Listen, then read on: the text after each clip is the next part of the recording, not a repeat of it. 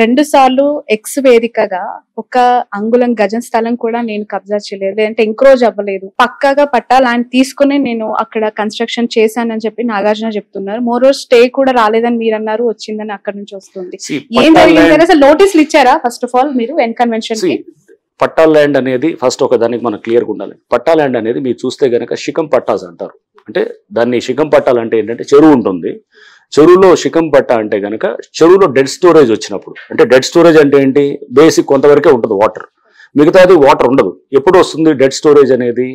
ఖరీఫ్లో వర్షం వస్తుంటుంది, రబీకి వచ్చేటప్పటికి వాటర్ తగ్గిపోతుంది. తగ్గిపోయినప్పుడు అప్పుడు ఒక పంటను వేస్తారనమాట. దాన్ని ఏక్ ఫసలి అంటారనమాట. మన మామూలు పాతకాలంలో కూడా ఏక్ ఫసలి అనేది.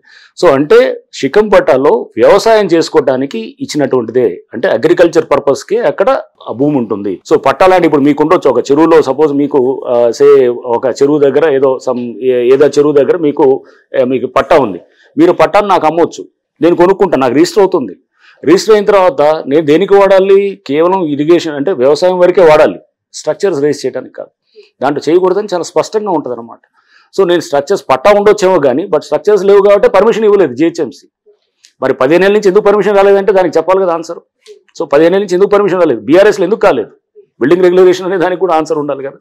సో అది పట్టా ఉండొచ్చేమో కానీ, but it is not meant for raising structures. పెళ్లిళ్ళు ఈ రోజు ఒకటి రేపు ఒకటి ఉన్నాయి. ఆ పెళ్లిళ్ళు చేసుకోవాల్సిన వాళ్ళు వచ్చి అక్కడ చాలా గోల చేశారు అనేది నిజంగానే. ఆ ఇంటీరియర్స్ కావచ్చు, ఏసీస్, లైట్స్, అక్కడ ఉన్న కొన్ని గూడ్స్ లైక్ సోఫా సెట్స్ అవన్నీ కూడా వాళ్ళకి ఆ ఓనర్ అనే వారికి అథారిటీ ఉంటుంది, కొనుక్కొని అందులో పెట్టుకుంటారు. నోటీస్ ఇవ్వటం వల్ల ముందస్తుగా అవి వాళ్ళు క్లియర్ చేసే అవకాశం ఉండేది కదా.